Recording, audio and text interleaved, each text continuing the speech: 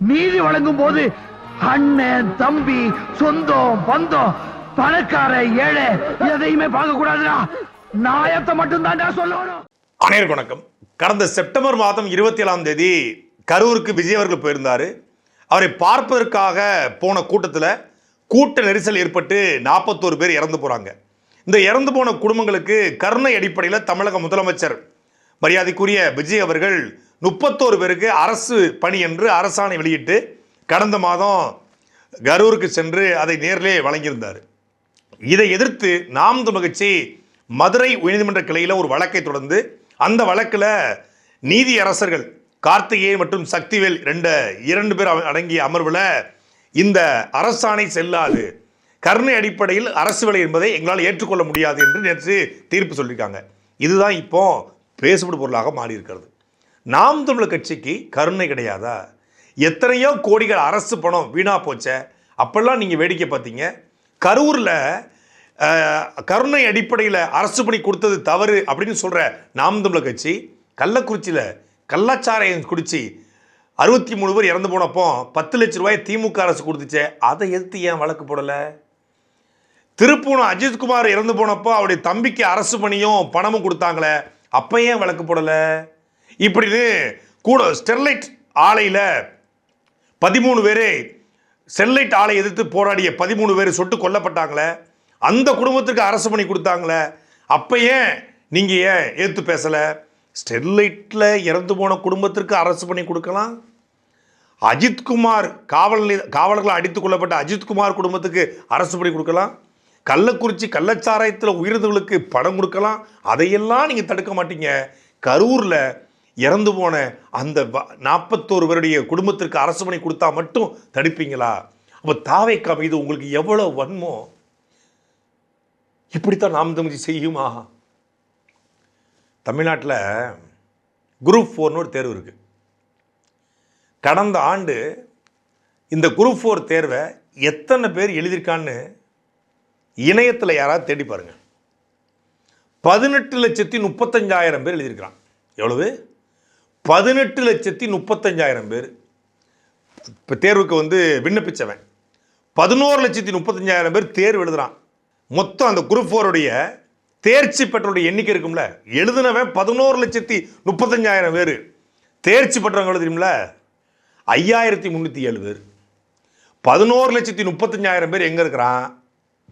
பணி ஆணை கிடைத்த அரசு வேலை கிடைச்ச 5,300 பேர் எங்கே இருக்கான்?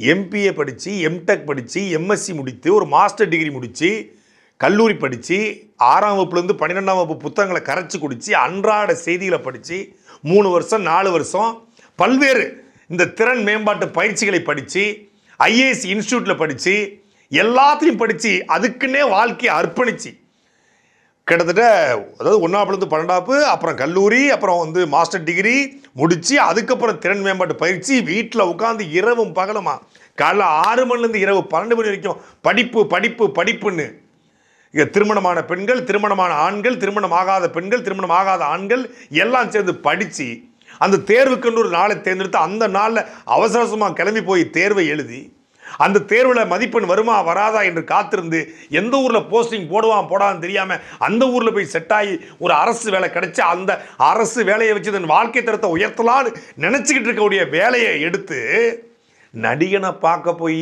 செத்தவனுக்கு கொடுத்தா கேள்வி வருமா வராதா? வலி வருமா வராதா? எங்களுக்கு வலிக்குது, எங்களுக்கு வேதனையா இருக்கு. எப்போ இருக்கு? கரூரில் செத்து போனவனுக்கு வேலை கொடுத்தீங்கல்ல, அப்போ வலிக்குது. இந்த வேலை, இந்த அரசு பணி என்பது ஒவ்வொருடைய கனவு, லட்சியம், பெரிய வாழ்க்கை போராட்டம். தமிழ்நாட்டில் டெட் தேர்வை எழுதிய ஆசிரியர் பெருமக்கள் இந்த கரூரில் கொடுத்தீங்கல்ல வேலை, அதுக்கு இணையான சம்பளத்துக்கான வேலை தான் 78,000 பேர் காத்திருக்கிறான். செவிலி தாய்கள் 10,000 பேர் காத்திருக்கிறாங்க. மருத்துவ பணியாளர், கம்பவுண்டர்ஸ், வட்டார ஒருங்கிணைப்பாளர்கள், ஒவ்வொரு இந்த 100 நாள் வேலை திட்டத்துக்கும் மகளிர் சுய உதவி குழுக்களுக்கும் கடன்களை வாங்கி தரக்கூடிய வட்டார ஒருங்கிணைப்பாளர்கள் கிட்டத்தட்ட 4,000-5,000 பேர் தமிழ்நாடு முழுக்க காத்திருக்கிறாங்க. இவங்களுக்கெல்லாம் கிடைக்காத வேலை ஒரு அரசு நடத்துகிற நிகழ்ச்சியில் ஒரு அசம்பாவிதம் ஏற்பட்டு அந்த அசம்பாவிதத்தினால ஒருத்தவங்க இறந்து போகிறாங்க. அது அரசின் தவறு.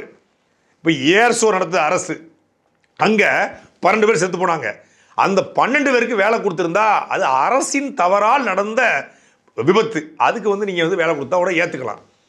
அஜித்குமாருடைய மரணத்திற்கு அவர் தம்பிக்கு வேலை கொடுத்தாங்க, அப்ப மட்டும் நாம் தமிழ்ச்சி தடுக்கல.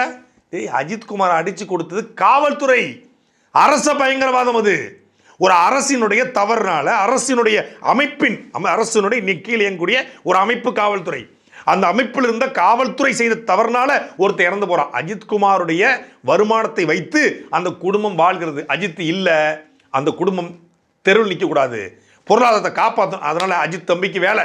இது எப்படி எதிர்க்க முடியும்? கள்ளக்குறிச்சியில் கள்ளச்சாராயம் இருந்தபோது 10 லட்சம் கொடுத்தாங்க திமுக அரசு, அதை தடுக்கல, அதை எதிர்க்கல. கள்ளக்குறிச்சி கள்ளச்சாராய விவகாரத்தில் குடிச்சீடு செத்தவனுக்கு எதுக்கு 10 லட்சம் என்ற கேள்வியை இந்தியாவில் எழுப்பிய ஒரே தலைவன் அண்ணன் செந்தமிழன் சீமான் மட்டும் தான். யாரும் எழுப்பலையே. ஏன்னா நாட்டில் எத்தனையோ விவசாயி கடன் வாங்கி சாகிறான், அவனுக்கு கிடைக்காத 10 லட்சம். ராணுவ வீரன் எல்ல செத்து போகிறான், அவனுக்கு கிடைக்காத 10 லட்சம்.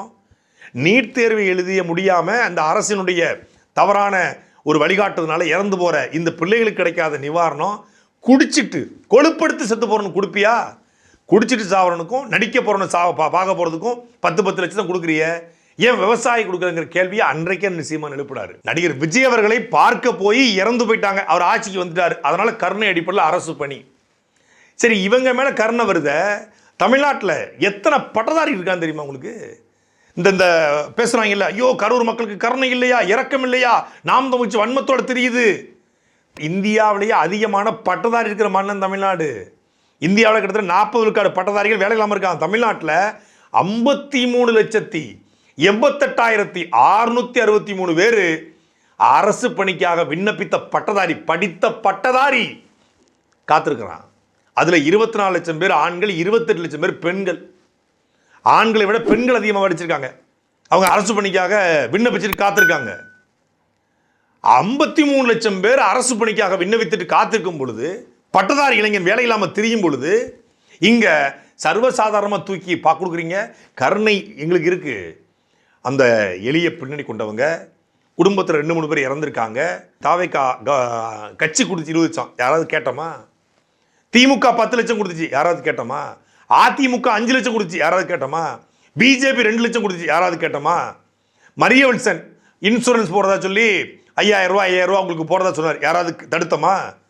இன்னைக்கு ஆதவர்ஜனாவோட இன்ஸ்டியூட் இருக்கு, அரைஸ் அப்படின்னு institute, Tamil Nadu finance company, Tamil Nadu முழுக்க 70,000 பேர் வேலை பார்க்குறான். இந்த 31 பேருக்கு அங்கே வேலை கொடுங்க, யார் தடுக்க போறா? கருணை அடிப்படையில் கோத்தாரி நிறுவனத்தில் போய் திறந்து வச்சார்ல தமிழக முதலமைச்சர், அங்கே கரூர்லேயே அந்த நிறுவனத்தில் வேலை வாங்கி கொடுங்க. எத்தனையோ டெக்ஸ்டைல் கம்பெனி இருக்குங்க கரூரில், வேலை வாங்கி கொடுங்க முதலமைச்சர் ரெக்கமெண்டேஷனில், விஜயபாஸ்கர் ரெக்கமெண்டேஷனில்.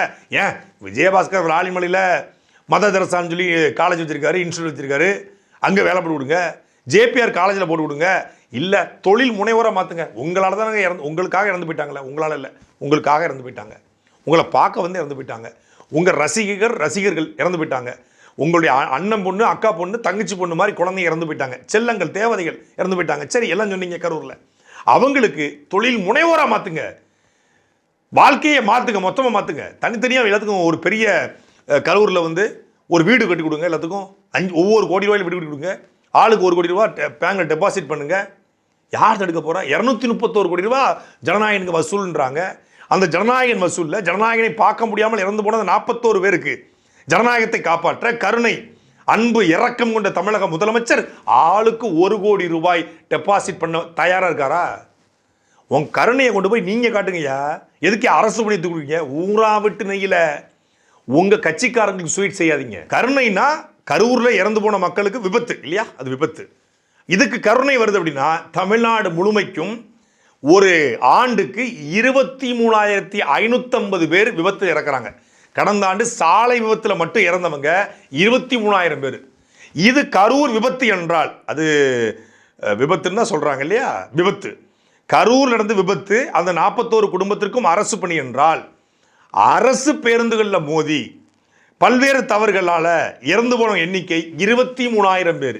இந்த 23,000 குடும்பத்திற்கும் அரசு வேலை கொடுக்கணுமா வேண்டாமா? சிவகாசி பட்டாசு தொழிற்சாலையில் விபத்து ஏற்பட்டு கிட்டத்தட்ட ஆண்டுக்கு எப்படி வச்சாலும் 100 பேர் சாகுறாங்க. தொடர்ச்சியா விபத்து. சமீபத்தில் கூட விபத்து. தீபாவளி நெருங்கிற நேரத்தில் கடுமையான விபத்து ஏற்படும். அப்போ அந்த குடும்பத்திற்கு கருணை அடிப்படையில் வேலை உண்டா கிடையாதா? இங்கே ஏர் ஷோவில் இறந்தவங்களுக்கு விபத்தான. இன்னொன்று, அரசினுடைய நேரடி தவறு. அரசு நடத்துகிற டாஸ்மாக், இந்த டாஸ்மாக் மதுபான கடைகளை குடித்து ஆண்டுக்கு 18,000 பேர் மதுவினால் வரக்கூடிய உடல்நல கோளாறால் இறந்து போறாங்க. அப்ப அதற்கும் கருணை பார்க்கணும்ல. தாலிக்கு தங்கம் கொடுக்குறீங்க, தாலி இருக்க டாஸ்மாக வச்சுக்கிற மாதிரி இந்த டாஸ்மாக்னால 18,000 பேர் செத்து போறானே, அதற்கு கருணை பார்த்து குடி நோயாளிகள் குடும்பத்துக்கு கருணை அடிப்படை வேலை அப்படின்னு கொடுக்கலாமா? நாம் தமிழ்ச்சி கேட்பது அதைத்தான். நீங்க கருணைனா விபத்தில் இறந்து போன எல்லாத்துக்கும் காட்டுங்க. அது எப்படி கருணை கரூருக்கு மட்டும் காட்டுவீங்க? கரூர் கூட்ட நெருக்கடி மரணத்திற்கு வேலை என்றால் மகாமகம் குளத்துல கூட்ட நெருக்கடி ஏற்பட்டு இறந்து போனாங்களே, கும்பகோணத்துல அம்மையார் ஜெயலலிதா வரும்போது அவங்களுக்கு கொடுக்கலாமா? தமிழக அரசு இதை எடுத்துக்கொண்டு மேல்முறையீடு போதான். சரி, மேல்முறையீடு போட்டோம். உச்ச நீதிமன்றத்துக்கு இதே கேள்வியை கேட்போம். ஐயா, நீதி அரசர்களே, நீதிமான்களே, இப்போ விபத்துக்காக கருணை அடிப்படையில் வேலை கொடுக்குன்னு சொல்லி தமிழக அரசு விரும்புது. அது அரசாணைன்னு சொல்றாங்க, அது அரசின் கொள்கை முடிவுன்னு சொல்றாங்க. விபத்துக்கு வேலை என்றால், விபத்தில் இறந்தவருக்கு கருணை அடிப்படை வேலை என்றால், வருடம் இந்த கேத்ரிநாத் பத்ரிநாத் கோயிலுக்கு வர்ற பக்தர்கள் விபத்துக்குள்ளாகி மரணம் அடைகிறாங்க பனிச்சரிவில், அவங்களுக்கும் அந்த மாநில அரசு வேலை கொடுக்குமாங்கிற கேள்வியை நம்ம எழுப்புவோம். உத்தரப்பிரதேசத்தில் பேலே பாபாவோ போலே பாபாவோன்னு ஒரு சாமியார் இந்த கூட்டத்தை கூட்டுறேன்னு சொல்லி ஒரு 110 பேர் சகதிக்குள்ள நசுங்கி செத்து போனாங்க. நீங்கள் உத்தரவு போடுறதுக்கு முன்னாடி ஊபி அரசுக்கிட்ட அந்த பேலே பாபாவுடைய பிரச்சாரத்தை கேட்க போய் 110 பேர் இறந்து போனாங்க. அந்த குடும்பத்துக்கு ஊபி அரசாங்கத்தை வேலை போட சொல்லிட்டு அப்புறம் தமிழ்நாடு அரசை வேலை போட சொல்லுங்க. இந்த மூணாறு படகு விபத்தில் ஒரு 40 பேர் இறந்து போனாங்க, அதுவும் விபத்து தான், அவங்க மேலேயும் கருணை வருது. அந்த குடும்பத்திற்கும் வேலை போட சொல்லிட்டு போட சொல்லுங்க. இப்போ சமீபத்தில் ஒரு நிறுவனம் சுற்றுலாக்காக வியட்நாம் கூட்டு போன இடத்துல படகு விபத்துக்கு ஏற்பட்டு தமிழர்கள் உட்பட பல பேர் இறந்து போனாங்க. அதற்கும் இந்த மாதிரி கருணை அடிப்படையில் வேலை போட்டு தர சொல்ல நீங்கள் உத்தரவு போடுங்க. இப்படி இந்தியா முழுக்க கூட்ட நெரிசல் ஏற்பட்டு அரசியல் கட்சி கூட்டங்களில், அதே போல் ஆன்மீக கூட்டங்களில், சொற்பொழிவு கூட்டங்களில், திரைப்பட விழாக்களில் புஷ்பா படத்தை பார்க்க போய் இப்படி பல பேர் இறந்துக்கிறான்.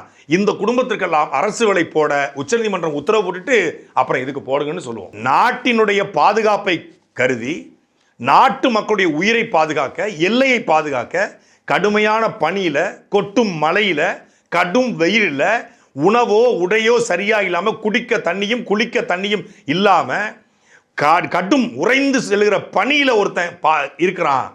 அவன் உடல்நலக் கோளாறு ஏற்பட்டோ இல்லை எதிரிகளுடைய தாக்குதலையோ நிலைகுலைந்து அவன் இறந்து போகிறான். அவனுடைய குடும்பத்திற்கு 2 லட்சம் கூட கொடுக்காத இந்த மத்திய மாநில அரசுகள் தன்னை பார்க்க இறந்து போன கூட்டத்திற்கு பல லட்சங்களை கொட்டி கொடுத்து அரசு விலையும் கொடுக்கணும். இது எவ்வளவு பெரிய தவறான முன் உதாரணம் என்பதை அறிவார்ந்த மக்கள் சிந்திச்சு பார்க்கணும். நாம கரூர்ல இறந்து போன அந்த குடும்பத்தை இழிவுபடுத்தவே இல்லை. அவங்க நல்லா இன்னும் வாழணும். அந்த நினைவுகள் அவங்களுக்கு தவிர்க்க முடியாதது.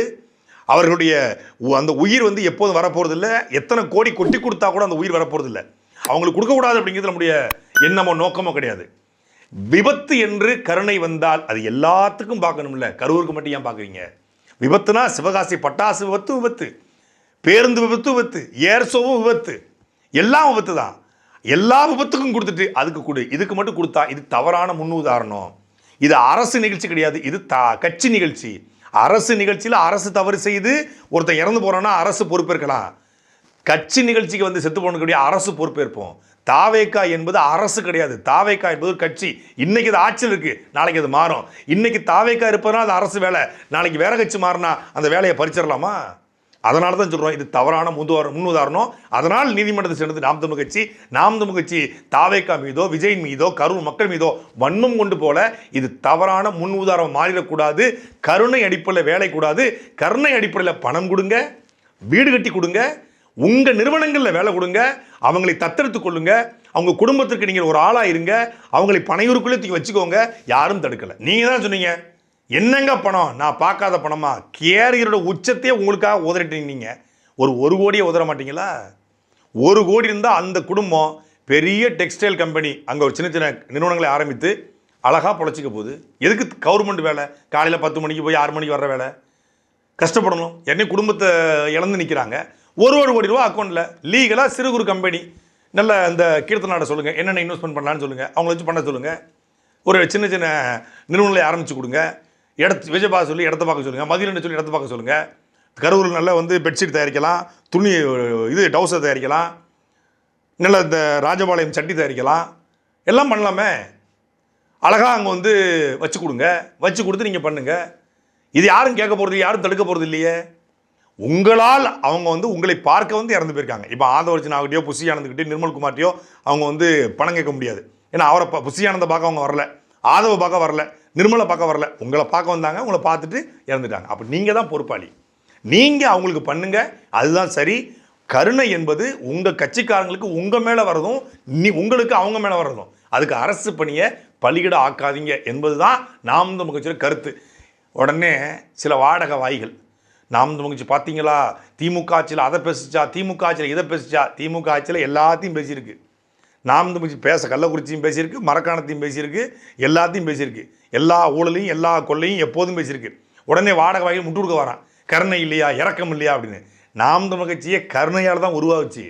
ஈழத்தில் கொத்து கொத்தாக எங்கள் மக்கள் சாகுறாங்க, அதை யாரும் தடுக்கலைங்கிற கருணையில் இரக்கத்தில் அன்பில் தான் ஒரு கட்சியை உருவாச்சு. ஆனால் எங்களுக்கு எவனோ இரக்கத்தையோ கருணையோ அன்பையோ கற்றுக் கொடுக்க வேண்டிய அவசியமோ தேவையே இல்லை. சாட்டை எடுத்து நாட்டை திருத்து, இளம் தலைமுறை தானே நீ வழி